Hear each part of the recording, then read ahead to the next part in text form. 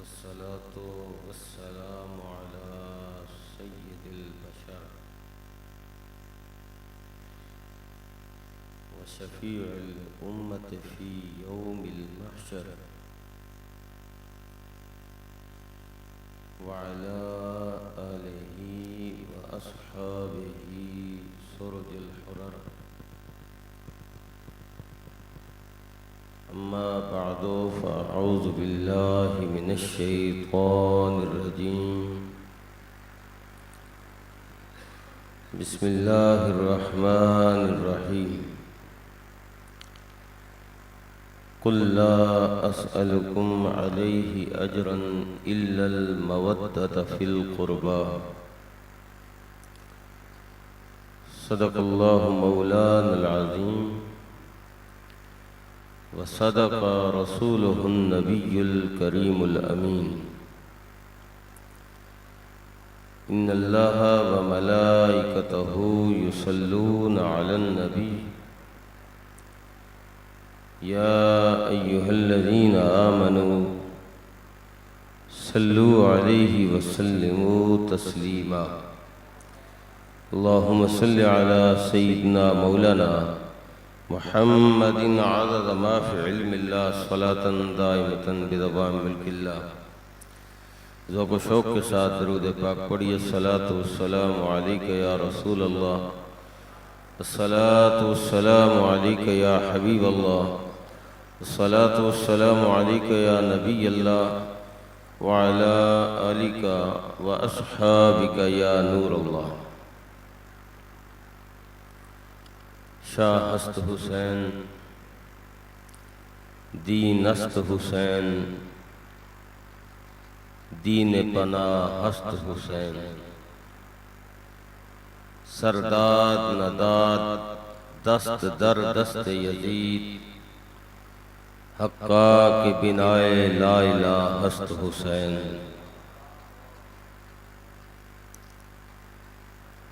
लायके सत्त अज़ीम उलमाए किराम मशाइख़ इज़ाम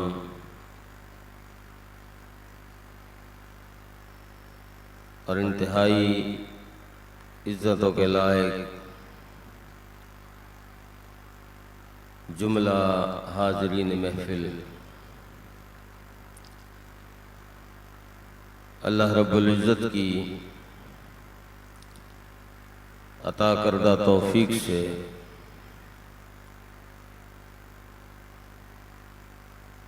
जामे मस्जिद फैज़ान अख्तार के अंदर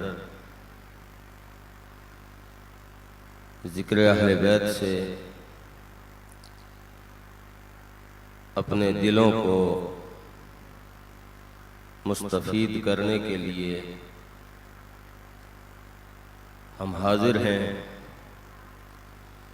अल्लाह ताला सबका आना अपनी बारगाह में कबूल फरमाए और अल्लाह ताला सभी शुरका को दारैन की साअतें नसीब फरमाए।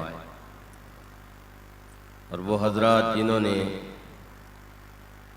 इस महफिल के एहतमाम में काविशें की, अल्लाह ताला उनकी मसाई जमीला को शर्फ़ कबूलियत अता करके अपनी बारगाह से अजर अज़ीम अता फरमाए। अपनी गुफ्तगू का आगाज़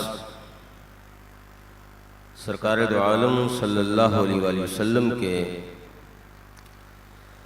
मुक़द्दस और पाकीज़ा फरमान से करते हैं। सरकार दो आलम सल्लल्लाहु अलैहि वसल्लम ने इरशाद फरमाया, इन्न लिल्लाहि मलाइकतन यतूफून फित्तुरुक़ फयल्तमिसून अहल ज़िक्र। अल्लाह रब्बुल इज़्ज़त के कुछ फरिश्ते हैं और वो रूए ज़मीन पर चक्कर लगाते हैं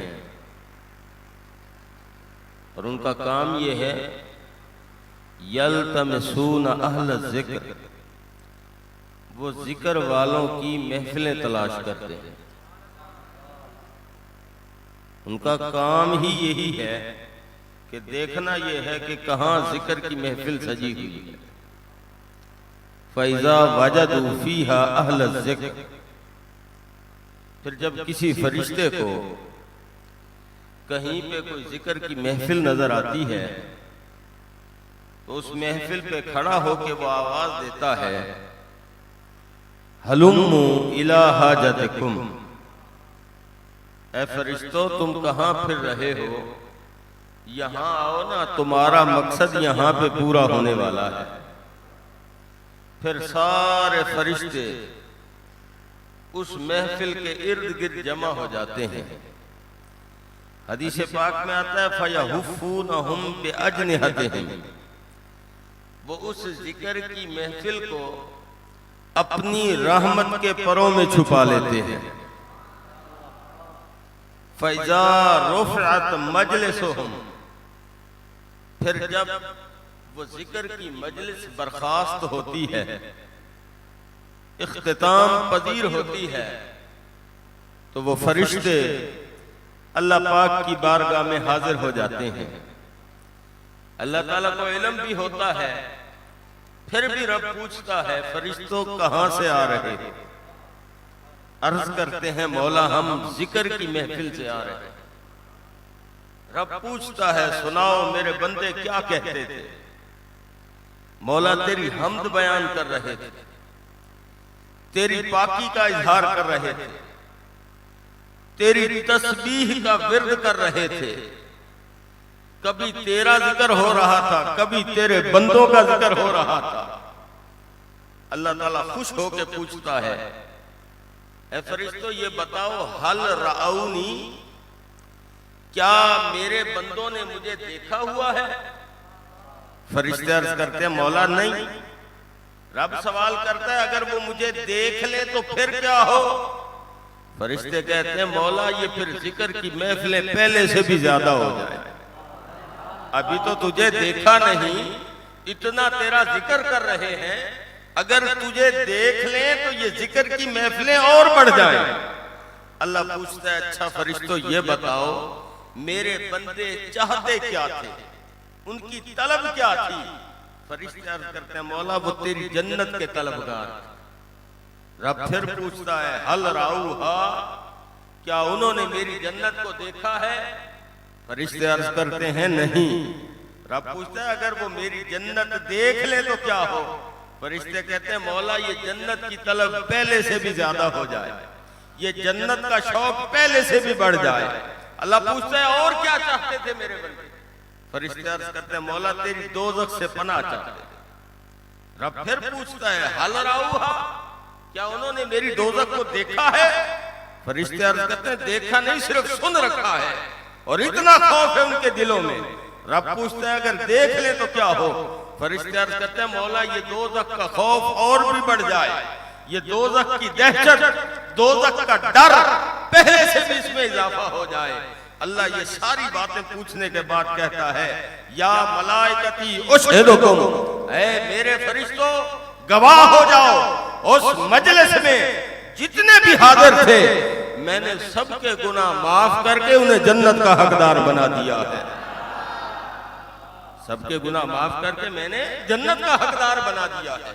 एक फरिश्ता अर्ज करता है मौला तूने सभी को माफ किया, सभी जन्नती हुए। अब कहता हाँ। फरिश्ता अर्ज करता है मौला एक बंदा ऐसा भी था जो न जिक्र सुनने आया था न सुनाने आया था, वो अपने किसी जाती मकसद के लिए वहां बैठा था। तो चलो जो जिक्र सुनने या सुनाने आए हैं उनको तो माफ कर, और जिसका जिक्र से ताल्लुक ही नहीं तू उसको भी माफ कर रहा है। रब कहता है या मलाइकती हुमुल कौम ला यशका बिहिम जलीसुहुम, मेरे फरिश्तों तुम क्या समझते हो कि ये जिक्र वाले आम लोग हैं।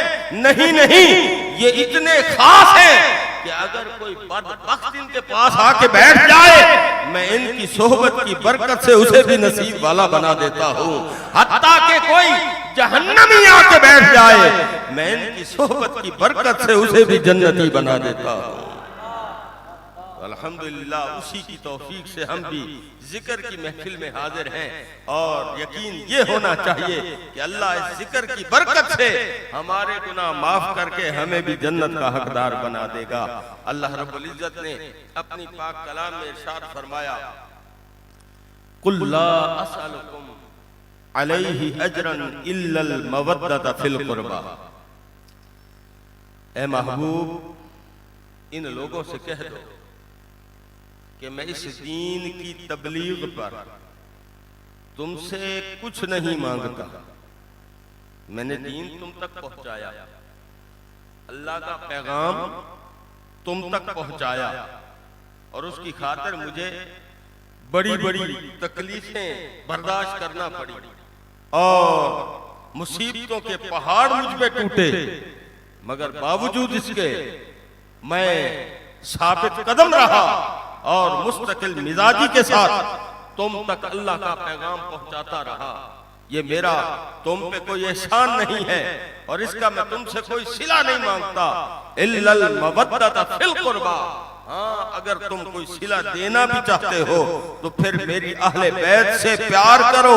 फरमाया मैं भी राजी हो जाऊंगा, मेरा रब भी तुम पे राजी हो जाएगा। मेरी अहले बैत से मोहब्बत करो, मैं भी राजी हो जाऊंगा और मेरा रब भी तुमसे राजी हो जाएगा।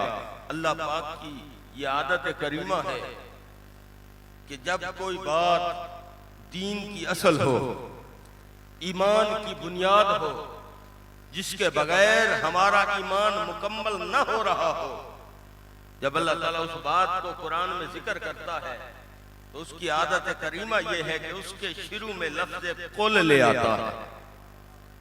जो बात दीन की असल, जो बात ईमान की बुनियाद, जिसके बगैर ईमान मुकम्मल न होता हो, जब अल्लाह उसको कुरान में जिक्र करता है तो जिक्र से पहले लफ्ज़ कुल लाता है। मसलन अल्लाह फरमाता है कुल हुवल्लाहु अहद।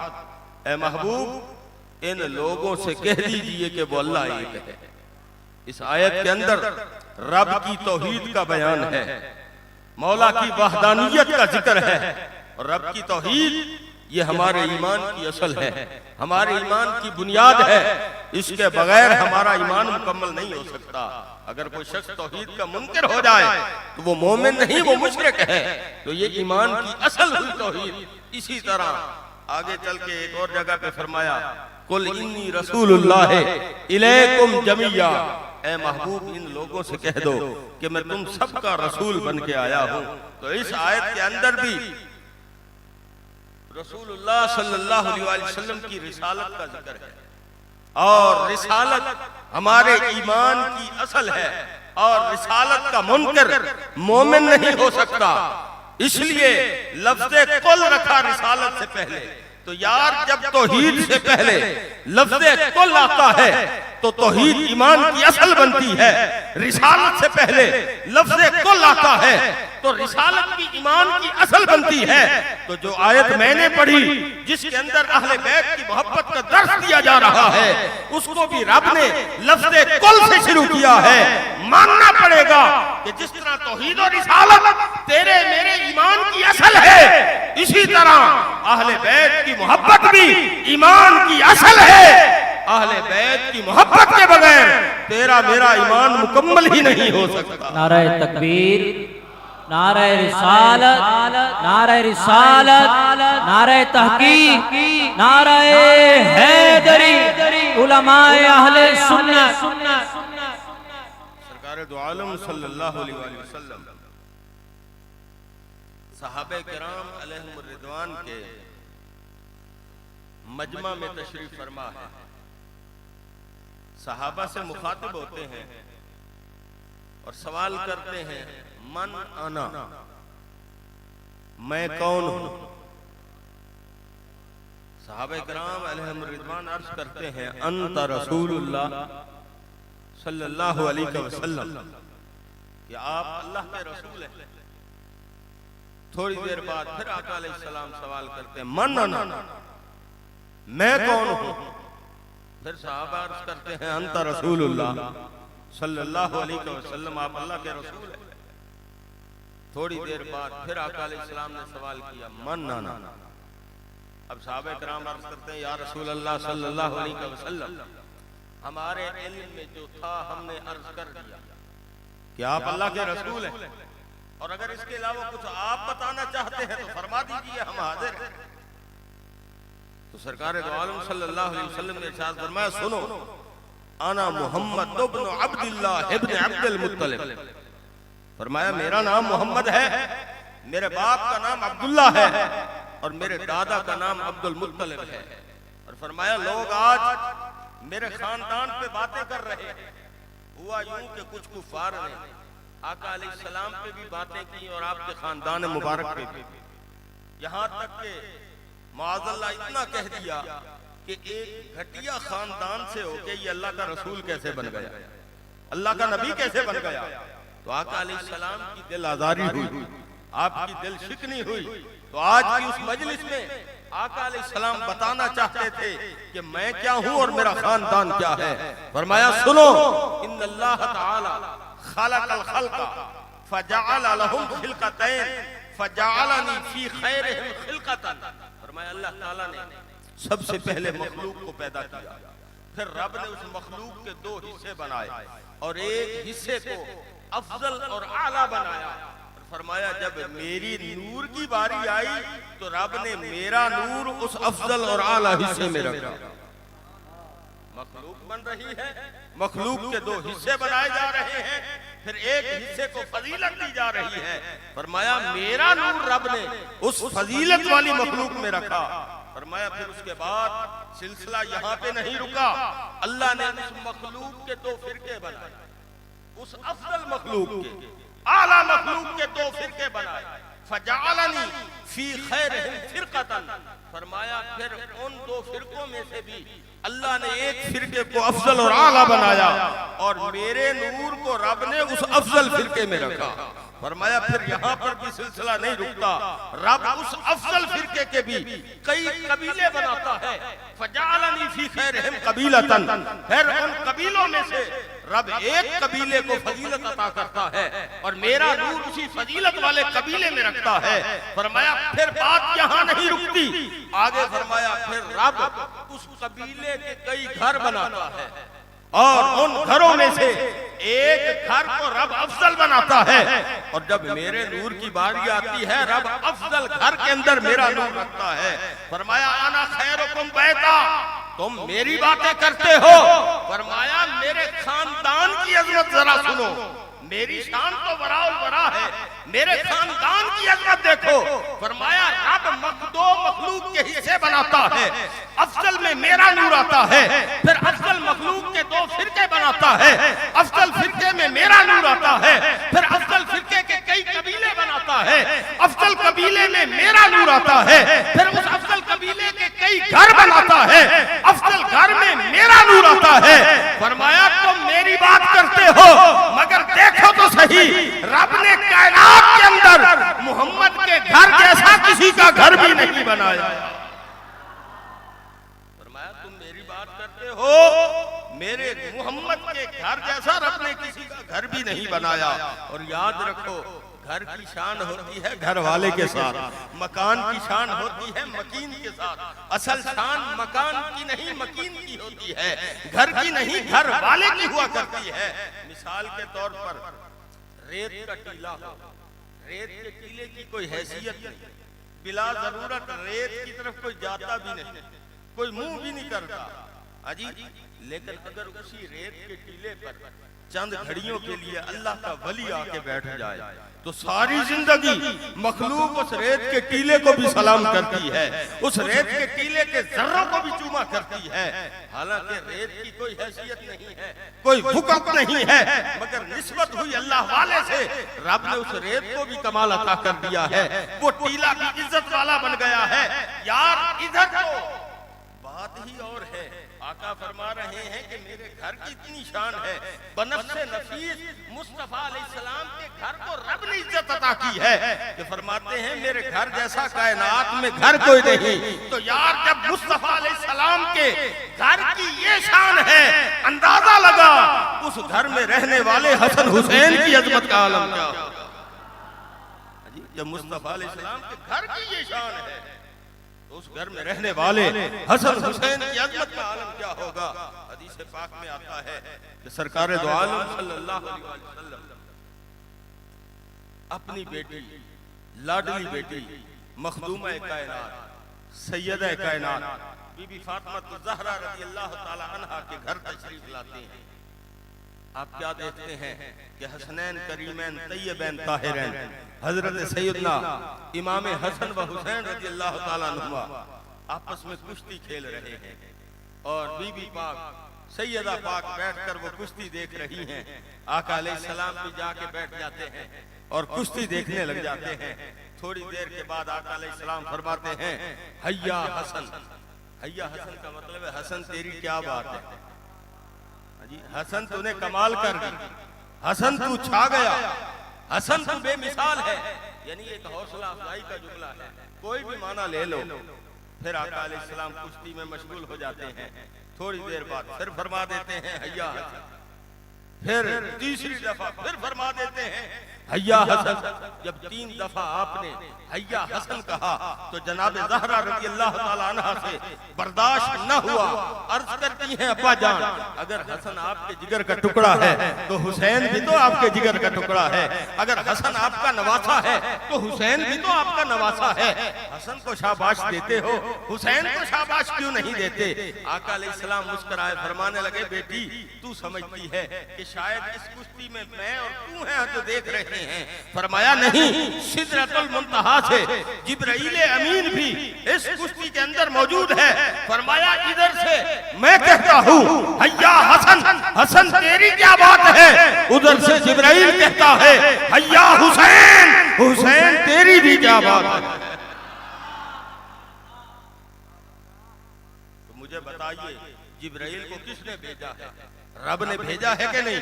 जिब्राइल रब का नुमाइंदा बन के आया है, जिब्राइल रब का नायब बन के आया है, जिब्राइल रब का तर्जुमान बन के आया है। तो मुझे कहने दीजिए, रसूलुल्लाह कहते हैं हसन बेमिसाल है, रब कहता है हुसैन भी बेमिसाल है। सरकार दो आलम सल्लल्लाहु अलैहि वसल्लम की बारगाह में मखदूमा कायनात सैयदा कायनात बीबी फातिमा ज़हरा रज़ियल्लाहु ताला अन्हा अपने दोनों शहजादों को लेकर हाजिर होती हैं। अर्ज करती हैं, या अभी हाजान इब्नाया वर्रिसहुमा शैया। अब्बा जान ये दोनों मेरे बेटे हैं, वर्रिसहुमा शैया, अपनी विरासत से कुछ हिस्सा इनको भी अता कीजिए।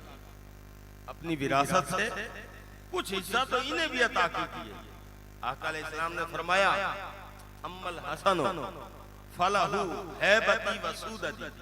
फरमाया अल्लाह पाक ने मुझे रोब अता कर रखा है, बेपनाह रोब अता कर रखा है। फरमाया उस रोब से कुछ हिस्सा मैं अपने हसन को दे रहा हूं। और आका अलैहिस्सलाम का रोब क्या है? आप खुद फरमाते हैं, नुसिरतु बिर्रुब मसीरत शहरिन। फरमाया अल्लाह पाक ने मुझे इतना रोब अता किया है कि अगर जिस जगह में बैठा हूँ यहाँ से एक तेज रफ्तार घोड़ा चले और मुसलसल 1 महीना भागता रहे बिला तवक्कुफ, बगैर किसी वक्फे के, कोई आराम नहीं, कोई रेस्ट नहीं, मुसलसल 1 महीना भागे और महीने के बाद जिस जगह वो घोड़ा जाके रुके और वहां अगर कोई काफिर बैठा है, फरमाया मोहम्मद को रब ने इतना रोब अता किया है कि इतनी दूर बैठा काफिर भी मेरे रोब से ऐसे कांप रहा होता है जैसे मोहम्मद की तलवार उसके सर पे लटक रही हो। जैसे मोहम्मद की तलवार उसके सर पे लटक रही हो। तो फरमाया उस रोब से मैंने कुछ हिस्सा अपने हसन को भी अता किया है, वसूदती। और फरमाया रब ने मुझे सरदार बना के भेजा है। अजी कोई घर का सरदार होता है, कोई कबीले का सरदार होता है, कोई इलाके का सरदार होता है, लेकिन आका अलैहिस्सलाम तो सैयदुल आलमीन है। रब ने सारे जहानों का सरदार बना के भेजा है। फरमाया उस सरदारी से कुछ हिस्सा मैंने अपने हसन को भी अता किया है। और आगे फरमाया अम्मल हुसैन फलहु जुर्रती वजूदी। फरमाया जो हुसैन है मैंने इनको जुर्रत अता की है कि रब ने मुझे जुर्रत बख्शी उस जुर्रत से कुछ हिस्सा मैंने हुसैन को अता किया है। और उस जुर्रत का असर देखो जो आका अलैहिस्सलाम से मिली जनाबे इमाम हुसैन रज़ियल्लाहु ताला अन्हु को। हजरत सैयदना उम्मे सलमा रज़ियल्लाहु ताला अन्हा फरमाती हैं कि मैं घर के अंदर थी और सरकार दो आलम सल्लल्लाहु अलैहि वसल्लम हुजरे में तशरीफ ले जा रहे थे। मुझे कहने लगे, उम्मे सलमा मेरे पास अब वही आने वाली है, मैं हुजरे में जा रहा हूँ, कोई भी आए तो उसे आने नहीं देना, क्योंकि वाही की वो कैफियत होगी, वाही की हालत होगी, तो उस वक्त किसी को भी आने नहीं देना। और दूसरी बात आका अलैहिस्सलाम ने ये फरमाई कि अगर हुसैन रोए तो उसे रोने नहीं देना। उम्मे सलमा फरमाती है कि पहला जुमला तो मुझे समझ आ गया कि वाही का वक्त है, किसी को अंदर नहीं आने देना ताकि खलल ना आए वाही में। लेकिन दूसरा जुमला कि अगर हुसैन रोए तो रोने नहीं देना, नहीं समझ आया। क्यों? कि उस वक्त हुसैन थे ही नहीं वहां। थोड़ी देर गुजरी, हुसैन रोते रोते आ गए। मुझे कहते हैं कि मैंने अपने नाने से मिलना है। उम्मे सलमा कहती हैं कि वो तो रोक के गए हैं, किसी को अंदर नहीं आने देना, वाही की कैफियत है। हुसैन ने रोना ज्यादा शुरू कर दिया, कहने लगे नहीं, मुझे हर हाल में नाने से मिलना है। उम्मे सलमा फरमाती है मुझे समझ आ गई बात कि आका अलैहिस्सलाम कह रहे थे कि कोई भी आ जाए उसे आने नहीं देना, और अगर आने वाला हुसैन हो तो फिर रोकना नहीं है। फरमाती है मैंने उनको अंदर भेज दिया। थोड़ी देर के बाद जब वाही की कैफियत खत्म हुई तो मैं हाजिर होती हूँ। आका अलैहिस्सलाम की गोद में हुसैन तशरीफ फरमा है। खुद आका अलैहिस्सलाम रो रहे हैं, जबकि मैं देखती हूँ हुसैन मुस्करा रहे हैं। मैंने आका अलैहिस्सलाम से पूछा, अर्ज़ की या रसूल अल्लाह ये रोने की वजह क्या है? फरमाया जब हुसैन आया ना और मैं मुतवज्जे हुआ हुसैन की तरफ तो जिब्राइल ने कहा कि अल्लाह के नबी तुम्हें हुसैन इतना प्यारा है कि मैं रब का पैगाम लेके आया हूँ और आप इसकी तरफ तवज्जो कर रहे हो। तो मैंने कहा हाँ हुसैन मुझे बहुत प्यारा है, ये तो वही हुसैन है जिसकी खातिर मैंने अपना बेटा इब्राहिम कुर्बान किया है, ये मुझे प्यारा कैसे ना हो। तो उस वक्त जिब्राइल ने कहा फिर महबूब सुन लीजिए, यही आपका नवासा होगा, इसका खानदान होगा, मैदान करबला लगेगा और उसमें तपती हुई रेत पे ये तुम्हारा खानदान हुसैन का वहां पहुंचेगा और इस पे मुसीबतों के पहाड़ टूटेंगे। यही हुसैन होगा, अपने खानदान की जानों का नजराना भी पेश करेगा और आखिर में अपनी जान का नजराना भी पेश करेगा। तो आप फरमाते हैं मैं वही तसव्वुर करके रो रहा हूँ कि उस वक्त में मेरे हुसैन पे क्या बीतेगी। लेकिन उलमा फरमाते हैं कि हुसैन मुस्करा रहे थे, वो हुसैन मुस्करा के पैगाम दे रहे थे कि नाना घबराना नहीं है, जिस तरह आज हुसैन तेरी गोद में बैठा मुस्करा रहा है, करबला में भी यही हुसैन मुस्कराता हुआ अपना कुंबा तेरे दीन पर कुर्बान कर देगा। नारे तकबीर, नारे रिसालत, नारे तहकीक, नारे हैदरी।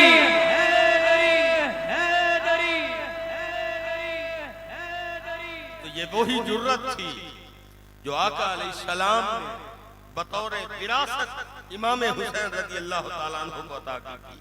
फरमाया वजूदी, रब ने मुझे सखी बना के भेजा और उस सखावत से कुछ हिस्सा मैंने अपने हुसैन को दिया है। अब देखिए इस घराने की सखावत।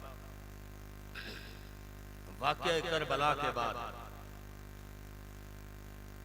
यजीद पलीद का एक सिपाही बागी हो गया, उसने यजीद से बगावत कर दी। यजीद ने ऑर्डर जारी किया कि ये शख्स जहां मिले इसे कत्ल करो और इसकी गर्दन उड़ा के सर मेरे पास ले। उस तक भी ये पैगाम पहुंच गया। अब वो डरा हुआ है कि हर तरफ तो यजीदी फिर रहे हैं, जिसने भी देख लिया उसने मुझे कत्ल कर देना। अब मैं जान बचाऊं तो कैसे बचाऊं? उस वक्त रिवाज था कि अगर कोई शख्स किसी के पास मेहमान बन के चला जाता तो मेजबान उसकी कदर करता और अपनी जान से बढ़कर उसकी हिफाजत करता था। इसने सोचा कि किसी का मेहमान बनना चाहता, अब उस इलाके में उसे कोई नजर नहीं आ रहा था कि किसका मेहमान बना। तो फिर उस मुश्किल घड़ी में उसे खानदान अहले बैत नजर आया। फौरन वहां से चला और इमाम ज़ैनुल आबिदीन रज़ी अल्लाह ताला अन्हु की बारगाह में पहुंचा। चेहरा उसने छुपा रखा है, आवाज भी बदल रखी है कि कहीं पहचान न ले। आखिर मैदान करबला में तो मैं यजीद का साथी था और इनका मैं मुखालिफ था, तो उसने चेहरा छुपाया है, आवाज बदल के पनाह मांगता है जी कुछ दिनों के लिए मुझे यहाँ रहना है। आप फरमाते हैं ठीक है। आपने नौकरों से कहा कि ले जाओ इसे मेहमान खाने, खूब इसको खिलाओ पिलाओ, इसका बिछौना बिस्तर यानी किसी किस्म की कोई कमी ना आए, हर तरह की इसे सहूलत मुयस्सर होनी चाहिए।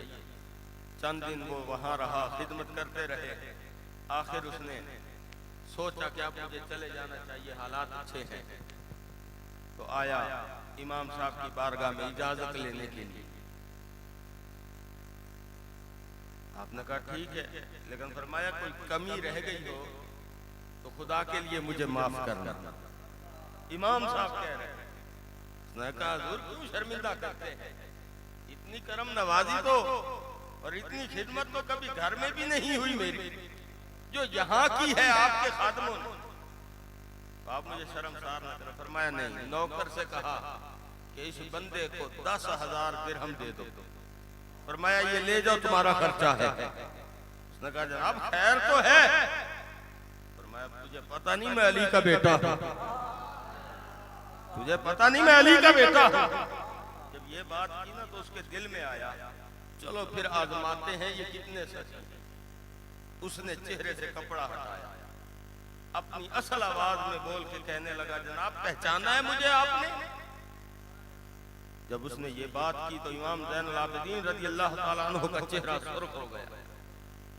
फरमाया जालिम मुझसे पूछता है कि मैंने पहचाना है कि नहीं।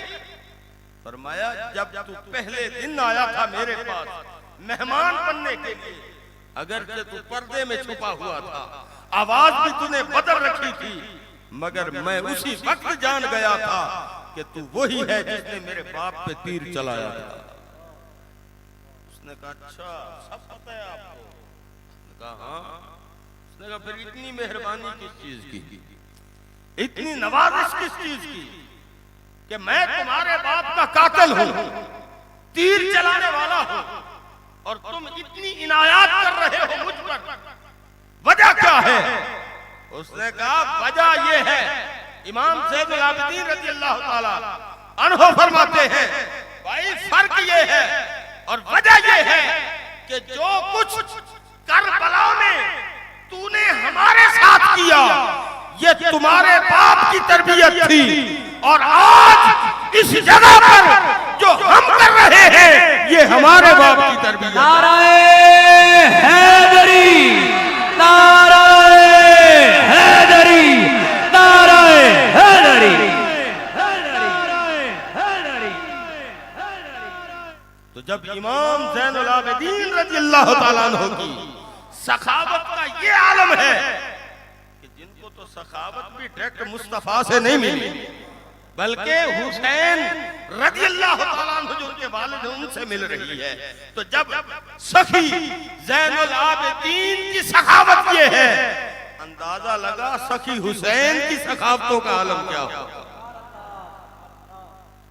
जी। तो ये उस सखावत का हिस्सा था जो रसूलुल्लाह सल्लल्लाहु अलैहि वसल्लम ने विरसे में इमाम हुसैन रज़ी अल्लाह ताला अन्हु को अता किया।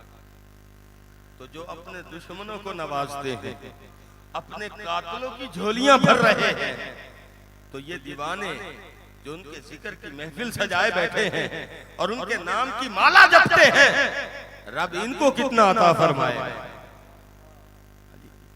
शाह अब्दुर रहीम मुहद्दिस देहलवी रहमतुल्लाह अलैह बहुत बड़े मुहद्दिस गुजरे। मुहद्दिस पता किसे कहते हैं? आम सी तारीफ जो सबको समझ आ जाए।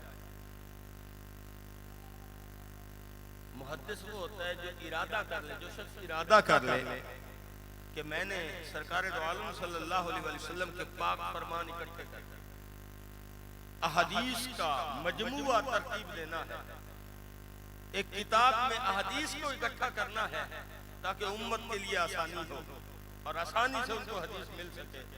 ऐसे शख्स को उसूल हदीस की इस्तिलाह में मुहद्दिस कहा जाता है। अच्छा, फिर जब वो इरादा कर लेता है तो फिर वो निकल पड़ता है हदीस की तलाश में। जिस शख्स से उसे हदीस मिलती है उस शख्स को रावी कहा जाता है। जिस शख्स से वो हदीस लेगा उस शख्स को रावी कहा जाता है। और हर रावी सच्चा हो जरूरी नहीं। मुमकिन है कि बुजुर्गों के वास्ता से उस तक हदीस पहुंची हो और पूरी ईमानदारी के साथ वो मुहद्दिस को पेश कर दे।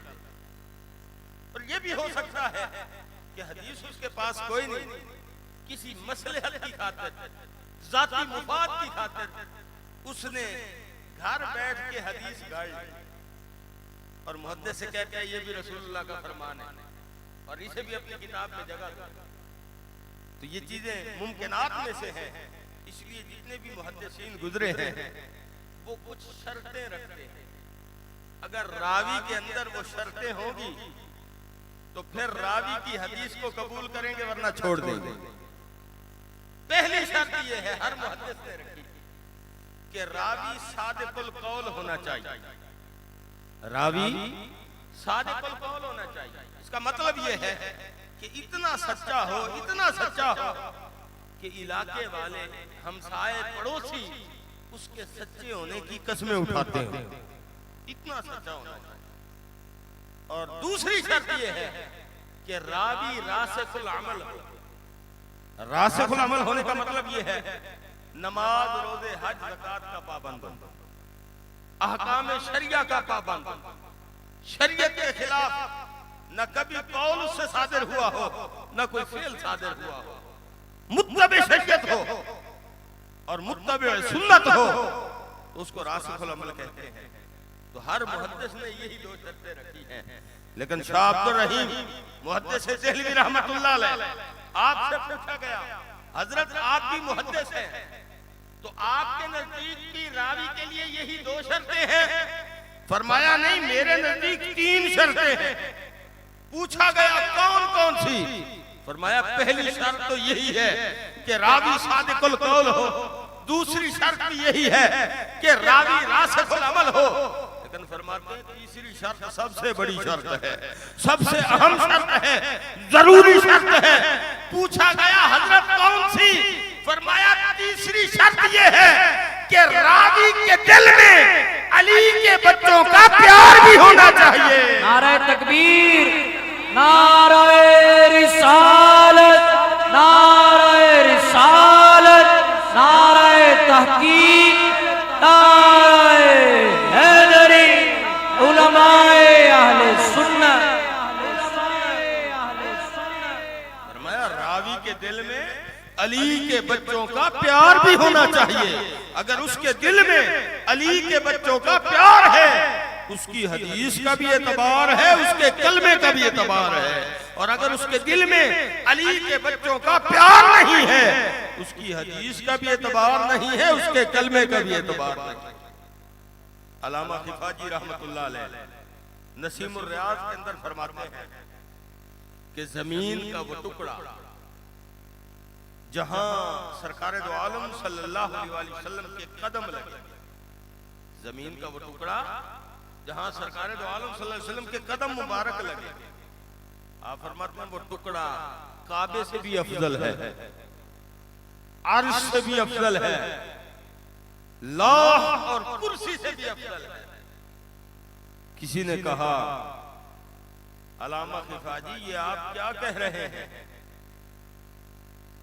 जमीन का वो टुकड़ा जहां सरकार के कदम लगे वो मदीना है, मदीना मुस्तफा का घर है, काबा खुदा का घर है, खुदा खालिक है, नबी मखलूक है और खालिक का मकाम ज्यादा है। तो फिर काबा अफजल होना चाहिए, ये मदीना कैसे अफजल हो गया? तो आप फरमाते हैं मुझे भी पता है कि वो खालिक है, ये मखलूक है। मगर ये भी तो देखो ना, वो मुहिब है और ये महबूब है। और फरमाया मुहिब को अपना घर इतना प्यारा नहीं लगता जितना महबूब का घर प्यारा लगता है। फरमाया अल्लाह काबे को भी देखता है, अल्लाह मदीने को भी देखता है, मगर उस प्यार से रब काबे को नहीं देखता जिस प्यार से मोहम्मद के रोजे को देखता है। अजी तो है जमीन का टुकड़ा, जमीन के टुकड़े की हैसियत क्या है, हम अपने पांव तले रौंदते हैं, मगर उसकी किस्मत तो देखो, मुस्तफा से जो निस्बत हुई वो जमीन का टुकड़ा काबे से भी अफजल हो गया। तो यार जब जमीन के टुकड़े को मुस्तफा से निस्बत होती है तो उसको रब इतनी शान अता कर देता है। तो हसन हुसैन ये तो मुस्तफा जमीन के टुकड़े नहीं, मुस्तफा अलैहिस्सलाम के जिस्म के टुकड़े हैं। जब जमीन के टुकड़ों की ये शान है, अंदाजा लगा मुस्तफा के जिस्म के टुकड़ों का क्या मकाम। हजरत सैयदना सिद्दीक़ अकबर रज़ियल्लाहु ताला अफ़ज़लुल बशर बादल अंबिया, खलीफा बिला फस्ल सैयदना सिद्दीक़ अकबर रज़ियल्लाहु ताला असर की नमाज पढ़ा के मौला कायनात अली अल मुर्तज़ा रज़ियल्लाहु ताला अन्हु के साथ मस्जिद से निकले। आपने देखा कि मदीने की गली में कुछ बच्चे खेल रहे हैं। आप एक बच्चे के करीब जाके उसको सलाम कहते हैं, बच्चा सलाम का जवाब देता है। फिर आप उसके और करीब होके उसको गले से लगाते हैं। गले से लगाने के बाद उसके माथे पे बोसा देते हैं। बोसा देने के बाद उस बच्चे को उठाते हैं और अपने कंधों पे बिठा लेते हैं, अपने कंधों पे बिठा लेते हैं। जब साफ ज़ाहिर बच्चा गली में खेल रहा है तो पांव और कपड़े मट्टी तो लगेगी, गर्दो गुबार। तो जब आपने उसको अपने कंधे पे बिठाया ना तो आपके कपड़ों पे मट्टी लगी। तो एक शख्स ने कहा, अमीरुल मोमिनीन आप ताजदार सदाकत हैं, मुसलमानों की सिफा सालार हैं, आप हाकिम वक्त हैं और रसूलुल्लाह सल्लल्लाहु अलैहि वसल्लम के नायब हैं। इस बच्चे से इतना प्यार कि पहले सलाम किया, जी नहीं भरा आपका, उसको गले से लगा लिया, फिर भी तसल्ली नहीं हुई, उसका माथा चूम लिया। अब तो तसल्ली हो जानी चाहिए थी ना, हत्ता कि उसको उठा के अपने कंधों पे बिठाया और अपने कपड़े खराब कर लिए। कुछ तो ख्याल करते। अबू बकर कहने लगे, तुझे पता है ये बच्चा कौन है? उसने कहा नहीं। फरमाया ये रसूलुल्लाह के जिगर का टुकड़ा हसन है। फरमाया कोई और बच्चा होता तो शायद मैं उसे अपने कंधों पे ना उठाता और अपने कपड़े खराब ना करता, लेकिन तुझे पता होना चाहिए कि आज सिद्दीक को जो मकाम और मर्तबा मिला है वो अहले बैत की मोहब्बत की वजह से मिला है, वो अहले बैत के एहतराम की वजह से मिला है। और फरमाया मैं कंधों पे उठा रहा हूँ इसलिए कि मैंने अपनी आंखों से देखा है कि रसूलुल्लाह सल्लल्लाहु अलैहि वसल्लम जब आपके जज्बात मोहब्बत बढ़ते थे और आपका दिल मचलता था और इन शहजादों के लिए बेताब होते थे, तो फिर आप ही इनको अपने कंधों पे बिठा के अपनी प्यास बुझाया करते थे। मैं तो आज अपने रसूल की सुन्नत अदा कर रहा हूं। हजरत सैयदना आखिरी बात, हजरत सैयदना उमर फारूक रज़ियल्लाहु ताला आप माले गनीमत तकसीम फरमा रहे हैं, लाइन लगी हुई है, लोग बारी बारी अपना हिस्सा ले रहे हैं। आप अपनी जगह पे तशरीफ फरमाए। आपने देखा कि उसी लाइन के आखिर में दोनों शहजादे हसनैन करीमैन तय्यबैन ताहिरैन हजरत सैयदना इमाम हसन व हुसैन रज़ियल्लाहु ताला अन्हुमा भी खड़े। जब उमर पाक की नजर पड़ी तो उठे अपनी जगह से, शहजादों के पास आए, हाथ बांध के अर्ज करते हैं, हुजूर मुझे शर्मसार न करो, मुझे गुनाहगार न करो। ये लाइन में खड़ा होना नौकरों का काम है, और रब ने तो तुम्हें सरदार बना के भेजा है, ऐसे तो ना करो ना। उनको लाइन से अलग किया, अपनी जगह पे बिठाया और उनको हजार हजार दिरहम दिया।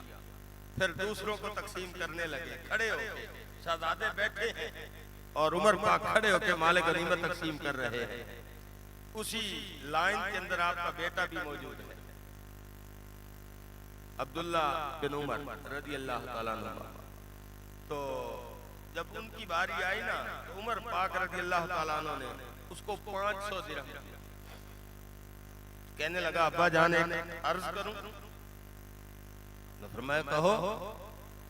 अब्बा जान ये माले गनीमत मुजाहिदीन का हक है, मैं कब से जिहाद कर रहा हूं और ये शहजादे तो अभी बच्चे हैं, और जब ये मुजाहिदीन का हक है तो मुझे डबल मिलना चाहिए, कम अज कम इनके बराबर तो मिलना चाहिए।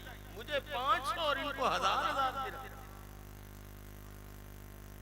जब उमर पाक रज़ी अल्लाह ताला अन्हु ने ये बात सुनी अपने बेटे की, तो जलाल में आया, फरमाने लगे उमर के बेटे, तू इन शहजादों से मुकाबला और मुवाजना करता है अपना। फरमाया पहले मुआवजा से पहले इनके बाप जैसा बाप लेके आ, इनकी मां जैसी मां लेके आ, इनके नाने जैसा नाना लेके आ, इनकी नानी जैसी नानी लेके आ। फरमाया इनका बाप भी बेमिसाल है, इनकी मां भी बेमिसाल है, इनका नाना भी बेमिसाल है और इनकी नानी भी बेमिसाल है, और रब ने इन शहजादों को भी बेमिसाल बना के भेजा है। तो आज अहले बैत की मोहब्बत का जो हम दम भर रहे हैं और उनके नाम की माला जप रहे हैं, तो ये सारी तालीम सहाबे कराम ने दी है। हमें सहाबे कराम अलैहिम रिदवान ने सिखाया है कि अहले बैत से मोहब्बत कैसे करनी है, अहले बैत से प्यार कैसे करना है। यही उमर पाक है रज़ी अल्लाह ताला अन्हु, मिंबर पे बैठे खुतबा दे रहे हैं, सामने सहाबा तशरीफ फरमाए, खुतबा जारी है। दौरान खुतबा हुसैन पाक रज़ी अल्लाह ताला अन्हु उमर से कहते हैं, ऐ उमर आपको पता है ये मिंबर किसका है? ये मिंबर मेरे नाने का है। आपने कहा जी हुजूर बिल्कुल आपके नाने का है। हुसैन कहने लगे फिर उतर मेरे नाने के मिंबर से, बचपना था ना, उतर मेरे नाने के मिंबर से। उमर ने मिंबर छोड़ दिया, हुसैन के सामने आके हाथ बांध के खड़े हो गए। अली पाक रज़ी अल्लाह ताला अन्हु समझे कि शायद उमर मेरे बेटे की बात महसूस कर गया है, तो कहने लगे भाई बच्चा है, बात महसूस न करना। उमर कहने लगे ऐ अली, अगर मैं महसूस करता तो कभी खुतबा न रोकता, कभी मिंबर छोड़ के यूं हाथ बांध के हुसैन के सामने न खड़ा होता। मैं यहाँ खड़ा होके और हाथ बांध के बताना चाहता हूँ हुसैन, ये मिंबर भी तेरे नाने का है और इस पे बैठने वाला नौकर भी तो तेरे नाने का है। करबला का शाह हुसैन या हुसैन या हुसैन, करबला का शाह हुसैन, करबला का शाह हुसैन, करबला का शाह हुसैन। अल्लाह रब्बुल इज्जत हमारी ये हाजिरी अपनी बारगाह में कबूल फरमाए और अपनी बारगाह से अजर अजीम अता फरमाए। व आखिर दावाना अल्हम्दुलिल्लाह रब्बिल आलमीन।